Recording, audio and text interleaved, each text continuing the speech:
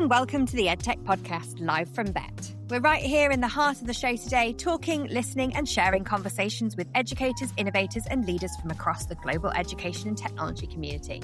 Bett is all about ideas, connections and the future of learning. And over these episodes, we'll bring you the voices that shape what's coming next.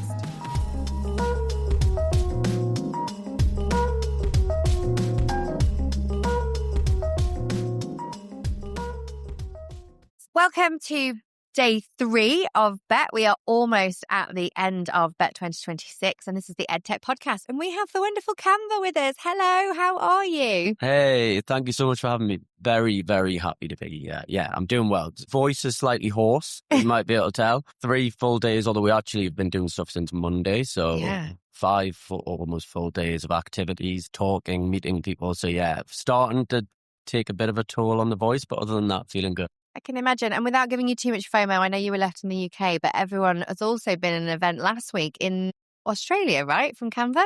Yeah, so we had our sales kickoff in Sydney last week, which is probably poor timing, I think. So a lot of the team have come, some from the US, flew over to Sydney, and then they're flying over the UK for Bett, and then they'll be flying back to the US. So they've done a full lap of the world over the last few weeks. My goodness, what an incredible global community you are creating. And you really are. Like, we were literally just talking off air there about one specific country having 1 million users. It's incredible. You've literally taken the world by storm. So tell us a little bit about your role and what you do. Yeah, of course. So I work on our education team and I look after Europe, Middle East and Africa and all of the education sector within there. So my role's kind of twofold. Firstly, getting people access to Canva, so helping schools ensure that they're on the right version of education and that they're getting it and they're not having to pay for Canva. And then secondly, once they've got access, helping them get the most out of the platform and really delivering that impact for them within the classroom. That's amazing. And that first bit, I really feel like we need to make a big point on the podcast. For everybody who is not on their school Canva, there is a whole school experience, isn't it? It's like almost a learning management system. You've got classes, you can collaborate with your other teachers and colleagues, can't you? And actually, there's quite a lot of people who might think because they're on a teacher account that they're accessing it all, but they're not. Absolutely, yeah. So thank you for teeing that one up. There's lots of different flavors and versions of Canva. Anyone can log on and create a free account, which is great. It gives you a really good entry into it. But as an educator, you can, like you say, you can submit verification to say you're a teacher and that unlocks Canva education for you as an individual. But actually the way that we tend to work a lot is with schools and organizations, and anybody as an organization can submit an application for their entire organization. We then all connect it to your Microsoft or Google or wherever your identity provider is. And that enables us to switch it on for everybody at once. So wherever that kind of email domain sits, that's where we switch it on. So sometimes that'll be an individual primary school. Sometimes that'll be a whole country like we've done with Turkey and Poland and Indonesia, where we've switched it on for multiple millions of people all at once. That is amazing. I can't even begin to imagine how many users you must have globally. That must be an astronomical number. Yeah, so we're about 120 million monthly active teachers and students. Wow, and that's not thinking about business either. A huge number, yeah. And then we've got the individuals, enterprise, everything else on top of it. So Canva's growth has been incredible. And it's really down to the platform, its ease of use and the excitement people get from getting it. Events like this, in general, people are always showing me things that they've created and they're so proud of these things that they've created. So it's amazing to hear how people have taken to it and what it is that they're doing and what they're creating and the things that they're really proud of that they've built with Canva. Yeah, and I think it's such an accessible model, isn't it? The fact that you can upload something that maybe you've, classic teacher, I've had the same PowerPoint for the last 12 years. And actually, what might happen if I pop it in Canva and that wow moment of, oh my goodness, look what's happened now, I've put it into Canva. But then equally, all those other features. What sorts of really exciting things are on there? What's your favorite feature at the moment? Oh, good question. I think my favorite feature would be we've got our whiteboard tool, which enables, it's kind of an infinite space where you can add sticky notes, add images and things. And there's all sorts of templates that come pre-designed with content that you can then use in the classroom to enable people to collaborate and work in this space. And it's really, really great. The main feature in there that I absolutely love is a feature called Magic Sort. So once everybody's been in this space and they've put all of their content in there and all of their things in there, you can then click Magic Sort and it'll sort it into all of the topics that are on there, so that when you've done that work, often you'll see when people are doing it on a huge piece of paper and then you're collecting up the paper or you're taking photos of it afterwards, and you never end up actually getting the important information out of it. So with Magic Sort, you can sort it all into topics, and then you can even convert it into a document instantly. So with 2 clicks, you've got all of your data summarized in a document that you can then send as a follow-up to people really easily. That is phenomenal. I mean, exactly as you just said, the amount of times you just got all this pile of paper and you think, oh, now I've got to actually work out what to do with that, or actually work out what that all means. That time saving for educators must be incredible as well. Like, in terms of, that's just one part of it, but actually across the board in terms of their, say, a week or even a day in the life of a teacher must be quite a lot. Yeah, exactly. And you're right, that's one tiny feature within one of our doc types. We also have, as you mentioned, our decks, we've got websites, we've got all of this kind of stuff. And I think the time saving is really, really good because of those kind of templates and that ease of use. And you're right, to enable people to actively use these tools in the place that they are is really, really helpful. So I think a lot of the time, particularly with AI, it's great, but you have to go over here and write that prompt in and get that and then take that thing and put it in where you want it. Whereas actually being able to use the AI within the deck whilst you're building it, or within that document whilst you're writing it, is what is going to really save people time. Yeah, absolutely. I think one of my favorite things is the fact that you can take the slide deck and then turn it into resources. For a teacher, that is something that just takes hours of time to do. And obviously we can still tweak it, right? So you can still adapt it and modify it even with what the AI and what the platform's giving you. Exactly. I think that's the beauty. We've got thousands of templates. I think we're about 3 million templates. And a lot of those are education specific templates. And we're starting to add a lot more curriculum aligned templates. And it's great, but these are really just a starting point. And it's what people then do with them templates, how they change them, how they can modify them. And we work with a lot of trusts that will build kind of a framework that they want their teachers to operate from within. But then the teachers still have that control and that freedom to be able to change and modify and edit it so it actually fits their needs. This episode is supported by Edruption. Edruption works with schools, trusts, governments, and education organisations to design inclusive, accessible, and sustainable digital systems, moving strategy from paper into practice in ways that genuinely work for people. From digital audits and 360 reviews to coaching for digital and AI leaders, governance frameworks, and safeguarding first implementation, Edruption helps organisations build and refine digital ecosystems that are secure, purposeful, and future-ready. Not only that, but they're Canva trainer partners too, supporting schools to embed creativity, accessibility, and consistency at scale, not as add-ons, but part of everyday life and inclusive practice. So if you're navigating AI readiness, inspection pressure, staff capability, or simply looking into bringing clarity in an increasingly complex digital landscape, Edruption is here to support that journey. Explore their work at edruption.com, empowering change and meeting you where you are. Yeah, and exactly that. Like, that's something that I is really important. Obviously, as a global brand, it is really hard to kind of be able to meet everybody's needs. But actually, in that sense, you are being able to support individuals who's in multi-academy trusts, but actually regionally as well. What sorts of work are you doing kind of with whole countries? So we've got, I think, about 14 ministries of education that we operate with. And we've been really fortunate. Bett's such an incredible time to bring all of these people together. I think we've seen quite a shift to seeing a lot more ministries and organizations come to this. So, for example, we did happy hour drinks on Wednesday and we had representatives from 20 different countries in the room there, which I think is such a unique opportunity to get people together. But within Europe, we work, as mentioned, with Poland, with Turkey, with Slovenia. We've actually just signed yesterday on the stand, we signed an agreement with Northern Ireland. In the coming weeks, we'll be switching on Canva for every single teacher and student at every single school across Northern Ireland. That's incredible.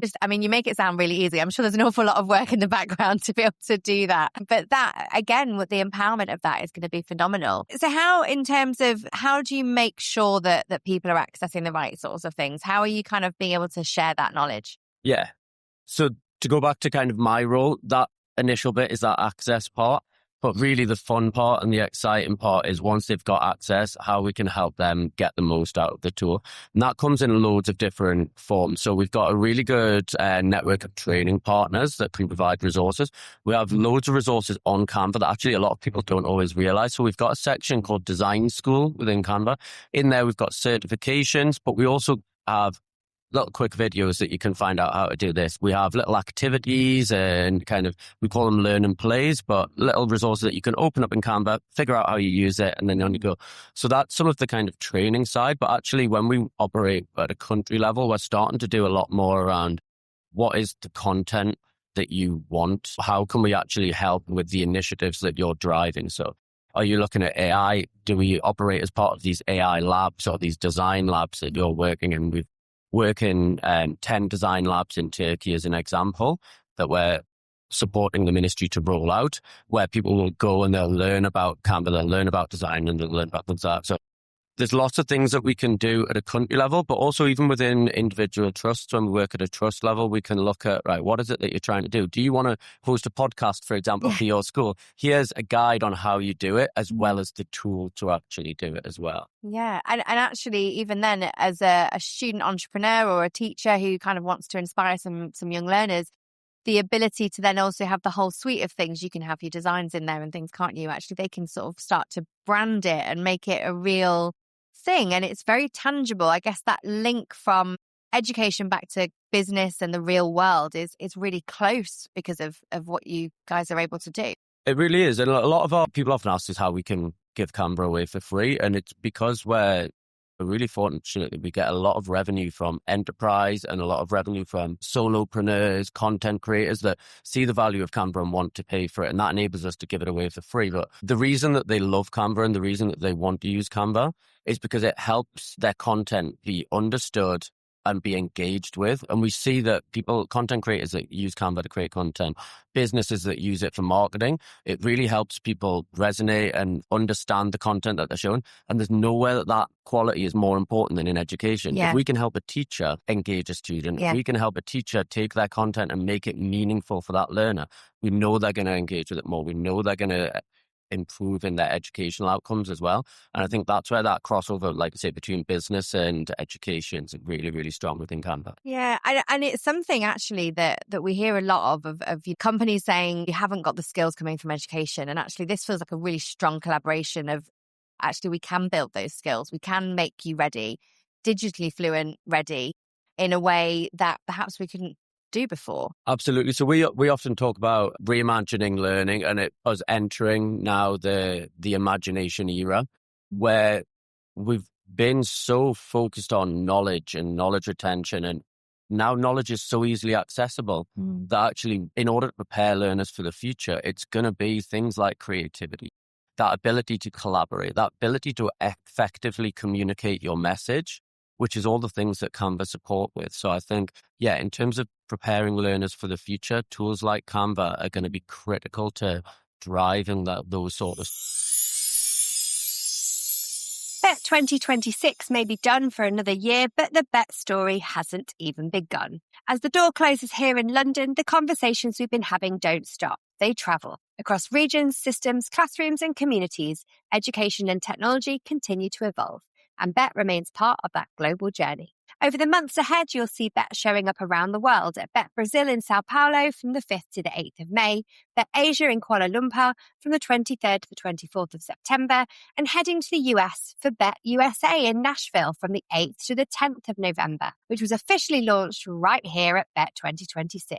And if you can't make it to those, don't worry. We'll be back in London next January for Bett UK 2027, ready to do it all over again. Whether in person, online, or through conversations that ripple out long after the hall's empty, it continues to connect people, ideas, and impact across global communities for education. Bett may pause, but the conversations are only just getting started. That's amazing. So 2026, I'm sure here at Bett, you've probably made some big announcements and things like that. But what's the future? What's this next 12 months looking like for you guys? I think for the next 12 months, one of the key aims for us is to be truly local. I mentioned we operate across a lot of countries and we've got a lot of users, which is amazing. I mean, here at Bett, we've signed up on the stand 150 different institutions already, and we've still got one day to go. Wow. So it's been a really, really successful opportunity for us to engage audiences from students to teachers, all the way to the top kind of leaders and ministries. 2026 is about us being truly local, and now we have users in these countries, making sure that we've got the resource within those countries to truly support them. So make sure that that content's localized, that it's aligned to curriculums, things like that. I think it's going to be a really important year for us to really deliver that local true value. Yeah, and someone who works across a range of different continents and countries, that is really valuable, that ability to say, what do you need? And for it to be possible without having too much in the back end for you to have to do. Because ultimately, a lot of edtech companies, they are curriculum aligned, and actually to change that or to do something like that is a huge deal, and trying to make sure that that's all programmed in. Whereas actually this is the ability to say, no, that's a lot easier because of the way that we work, the way that we can use artificial intelligence. And I think that allows people to feel much more appreciated and much more heard. Absolutely. And it's down to things. We think about localization, we think about let's just change the language on this. And with Canva, you can magic translate it. But it's a lot more than that. It's making sure that the elements within the library represent the local festivals. It represents the people that they see in the classroom. And I think making sure that those students feel that their voice is heard and they're represented within the platform will be a big thing for us. Yeah, absolutely. And actually, that's a really good point to make as well, because I bet a lot of educators out there may well just assume that because of AI being embedded within it, that actually just happens because of that. But it's actually not, is it? It's a lot of work that goes on from Canva. Absolutely. So we're really fortunate. We've got an incredible product team that are coming up with amazing things all the time. Everyone that you speak to about Canva, they're always saying that it's hard to keep up with what's coming out and what's coming out now. And it's amazing, the vision from leadership to be able to kind of drive these features and drive these functionality and see what's on the horizon. It's always exciting to see what's next. I think from my side, on the education side, the more that we grow and the more that people use it, you just uncover more exciting impacts that you never sort of knew were possible. We see people being able to really change learning from that knowledge retention into engaging people. There's a school that we work with in Thailand where the teacher was teaching science, but like a really, really difficult subject with textbooks, quite boring. And he actually turned it into a TV channel with his students where they live stream on YouTube all of the things that they're learning so that they then become the teacher and they can engage everybody else around the region as well. So cool. Again, incredibly engaging, which is a worry these days. You know, lots of people are talking about disengagement in the classroom, but something like that is a way to just think outside the box completely, isn't it? 100%. And I think to your point around AI, the platform needs to engage people anyway, and then AI can just make it that bit easier to do. So that it adds that time saving. So we very much look at it as the tool will engage them first and the teacher will engage them first. And then AI can just make it that bit easier and that bit quicker to do a lesson that would have taken weeks and months to create. Now you can do it in a couple of clicks. Yeah. And also allows teachers who maybe are a little bit reluctant or not sure, a bit skeptical of AI, to be able to embrace that a little bit as well. Absolutely. And I think the vastness of Canva's tool means that no matter what subject you teach, what age group you teach, it's one single interface that will be suitable for everybody, which means you can learn about AI in a place that you feel comfortable, you know it's secure, you know there's no concerns with it. So yeah, it's a great way to get people into it.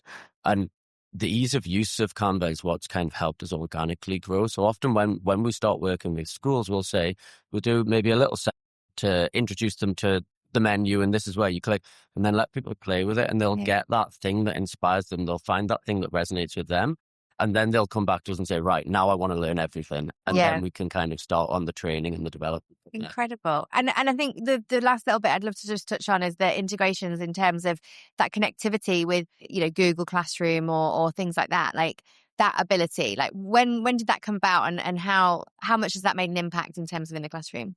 Yeah, I think it's a real difficult one because you want to work with the teacher's flow, but you don't necessarily know what that is or how that is. So you want to be flexible, and we don't ever pretend to be an LMS. We don't want to replace an LMS. But there's, even in the UK, for example, people don't use comprehensive LMSs in the same way that they maybe do in the Middle East or in other parts of Europe.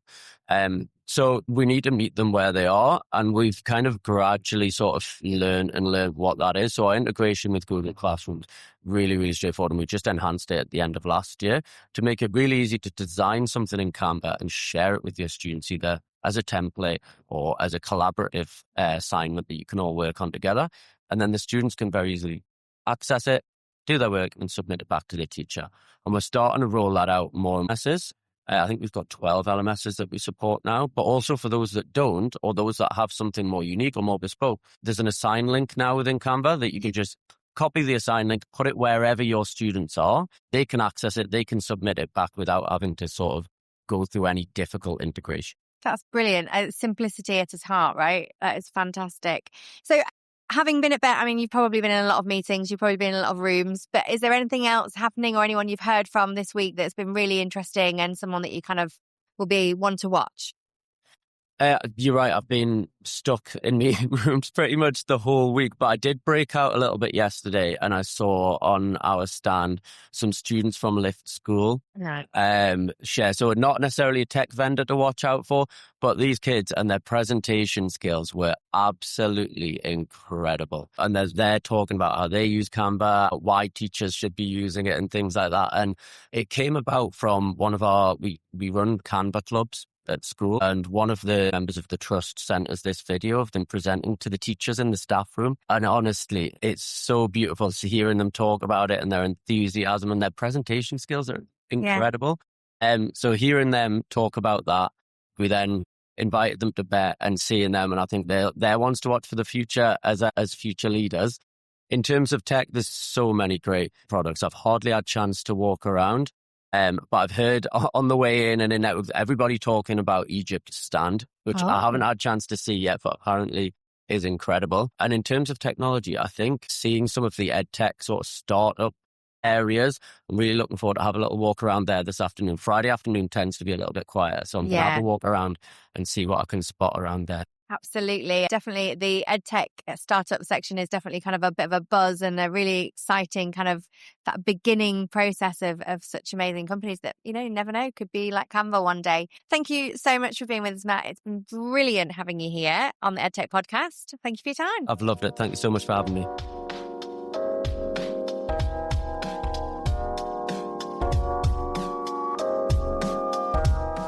And that brings this Bett conversation to a close. These moments, ideas and voices are what Bett is all about, and we're glad to be sharing them with you. Keep listening for more conversations recorded live from the show.